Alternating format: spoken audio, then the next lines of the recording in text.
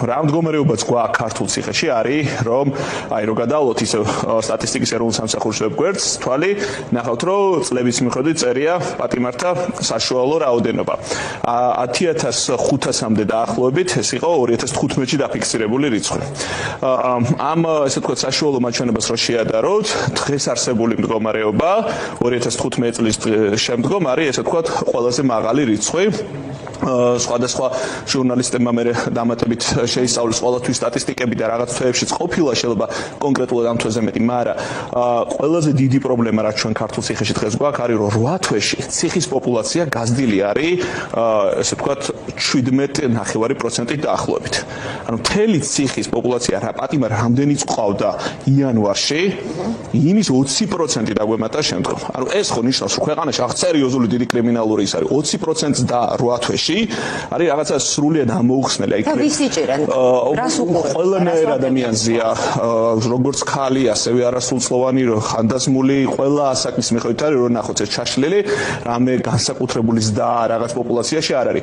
ჩვენ ხედავთ პოლიტპატიმრების საქმეებს, სრულიად დაუსაბუთებელ საშინელ საქმეებს, რასაც ხედავთ, მაგრამ ეს სტატისტიკა ადასტურებს იმას, რომ ეს ძალიან დიდი პრობლემაა ქართულ პენიტენციარულ ქართულ სისხლის სამართლებრივ პოლიტიკის სივრცეს და უამრავ ადამიანს ციხეში უშვებენ ისე, რომ არც ამის საჭიროება შეიძლება არ იყოს და ეს უბრალოდ კაცრი ხელის ჩვენების ესე ვთქვათ რაღაცნაირი მაგალითია.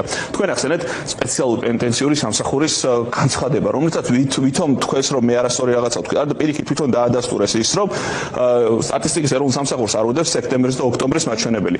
და მათ რა რიცხვის დაწერეს დღეს რამდენი პატიმარიც არისო, კიდევ 404 პატიმრით მეტია. ლიმიტებთან მცირედი შეუსაბამობა რამდენიმე ციხეში ესეც დაადასტურეს. ხო, აი ეს მაშინ რა თქვით არასწორი? არა, რა თქმა უნდა, ანუ ეს მანიპულაციური განცხადება იყო, თითქოს რაღაცა ასე შემდეგ, რომ რაღაცა სხვა რაღაცა შეადარეს, სხვა რაღაცას გადმოადარეს, იმიტომ რომ მე რამე კი არ ჩემი კი შეფასება კი არ მქონდა იქ დაფატო მთლიანად მქონდა, მე გუშინ რა ინფორმაციას გავასაჯარო, არის სპეციალური პენიტენციური ამ შემთხვევაში სტატისტიკის ეროვნული სამსახური, ასე რომ სწორი შენიშვნაა. რეალურად ეს მათი პრობლემა არის, რამდენი პატიმარი ყავთ, მაგრამ პრობლემის სათავე ისინი ნაწილობრივ არიან მხოლოდ და მხოლოდ, იმიტომ რომ აქ პროკურატურა და სასამართლოა და შინაგან საქმეთა სამინისტრო როგორც მთავარი საგამოძიებო ორგანო ამ შემთხვევაში აღლის თავი აქტორე მათი ბრალეულობა შეიძლება მხოლოდ იმ კუთხით წარმოაჩინა რომ პირობით ვადაზიადრე გათავისუფლების მექანიზმი ეგრეთ უდოს რომ ეძახიან ჟარგონულ ენაზე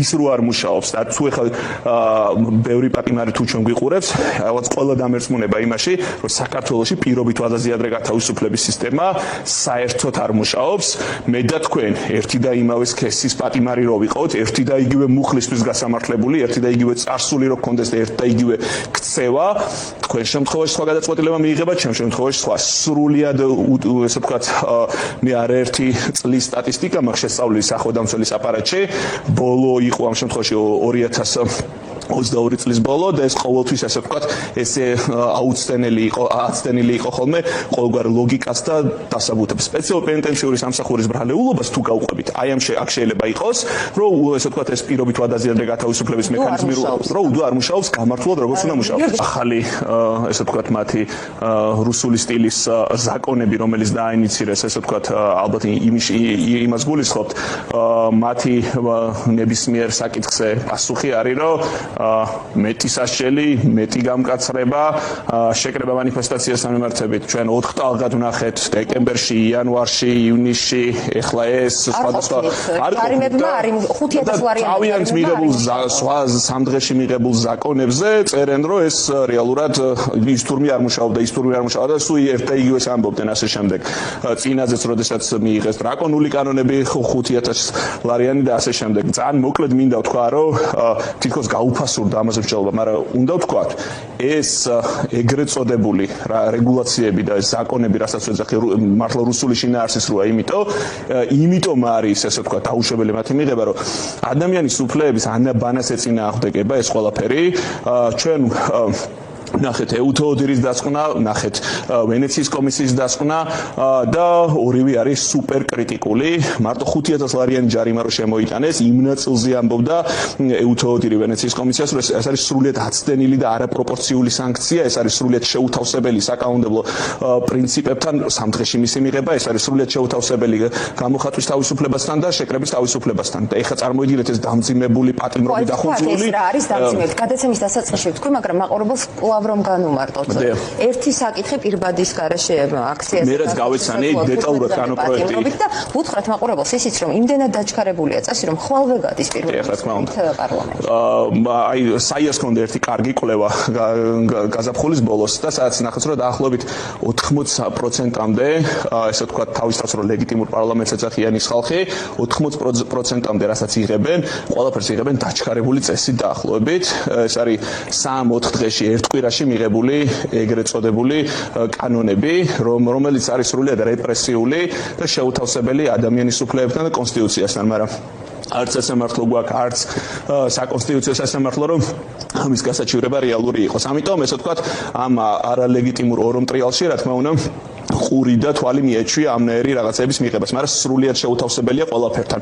აქვე მინდა შესაძლებლობა გამოვიყენო და საქართველოში სახალხო დამცველს შეუძლია ის, რომ მიმართოს ეუთოოდირს დასკვნის მოსამზადებლად, აი ამ გუშინ დაინიცირებულ ზაკონთან დაკავშირებით, მე მას საჯაროდ მინდა მოუწოდო და ვთხოვო, რომ მიმართოს ეუთოოდირს დასკვნისთვის, რათაც გქონდეს სამართლებრივი მნიშვნელოვანი დასკვნა ის ადამიანები, რომლებიც ხვალ და ზეგ გასამართლდებიან ამ ესე ვთქვათ რუსული სტილის წესის გამო მათ რო კონდეთ საკმარისი ამ შემთხვევაში სამართლებრივი დასკვნა რომ უშუალოდ ეს კანონი შეუთავსებელია ადამიანის უფლებთან მასე შეუძლია და იმედი მაქვს რომ მე ყოველ შემთხვევაში მე მასე შეუძლია როცა ნინო ლომჯარია გუშინმა მექნებოდა მიმართული როცა ნინო ლომჯარია იყო სახელმწიფო ჩვენ ამ მექანიზმს ძალიან აქტიურად ვიყენებდით ყველა ტიპის კანონზე და რა თქმა უნდა ესეც შესაბამის ექსპერტიზას საჭიროებს და იმედი მაქვს რომ ამ მოწოდებას ის გაითვალისწინებს იმიტომ რომ ძალიან მნიშვნელოვანია ესეთი ტიპის უკანონობა რაც გვაქვს ეს არის ამნაირი რეგულაციები დღეს გიორგი მშვენიერაძეს ჰქონდა გამოქვეყნებული პოსტი საბჭოთა საქართველოშიც კი ესეთი დარღვევები რაც ახლა შემოაქვთ უფრო ესე ვთქვათ ნაკლები სანქციით ისჯებოდა 88 წელს შევიდა სიცხლის სამართლის კოდექსში ანალოგიური ცვლილება და 6 თვემდე პასუხისმგებლობას ითვალისწინებდა ისიც ორგანიზატორისთვისო წარმოიდგინეთ საბჭოთა კავშირი ადამიანის უფლებებისგან დაცლილი რეპრესიული სახელმწიფო ისიც კი უფრო მობიერად უდგებოდა და ესე ვთქვათ ჩვენ პაპზე მეტი კათოლიკეები ვით ამ შემთხვევაში საქართველოს ყველაზე დრაკონულ რეგულაციას იღებს ამ შემთხვევაში